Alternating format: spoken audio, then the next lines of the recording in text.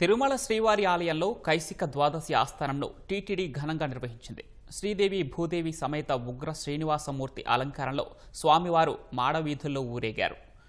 ఏడాదికి ఒక్కసారి మాత్రమే జరిగే వాహన సేవ కావడంతో భక్తులు పెద్ద సంఖ్యలో పాల్గొని స్వామివారికి కర్పూర హారతులు సమర్పించారు.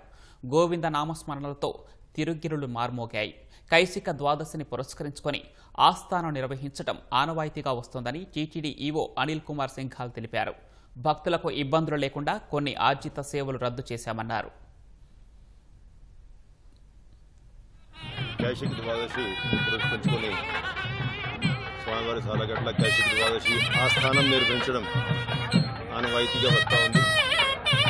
ఇవాళ కూడా ఈ కైసిక ద్వాదశి సందర్భంగా ఏ విధంగా అయితే ప్రతి సంవత్సరానికి ఒకసారి ఉగ్ర శ్రీనివాసమూర్తి వారు శ్రీదేవి భూదేవి సమేతంగా ఇవాళ ఉదయం 4:30 నుంచి మాడా వీధుల్లో ఊరేగుతూ భక్తులు అందరికీ దర్శనాలు ఇస్తూ ఆశీర్వదిస్తూ ఉన్నారు. ఈ సందర్భంగా భక్తులు ఎవరికి కూడా ఇబ్బంది లేకుండా కొన్ని ఆరోగ్య సేవలు ఇవన్నీ కూడా రద్దు చేసి ఈ కార్యక్రమం అంతా కూడా శాస్త్రోక్తంగా కొనసాగిస్తూ ఉన్నాం.